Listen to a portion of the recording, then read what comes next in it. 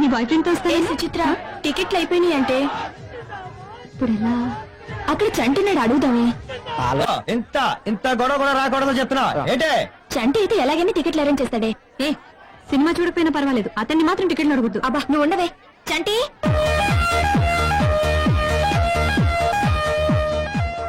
ఇంటిలో వచ్చారు. మాకు టికెట్లు దొరకలేదు చంటి. మీరు ఒక 5గురు, మేము ఒక 6గురం. నా పేరు చెప్పి 11 టికెట్లు తీసుకురా.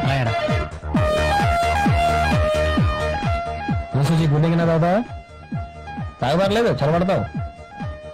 అరే 5 కూల్ డ్రింక్లు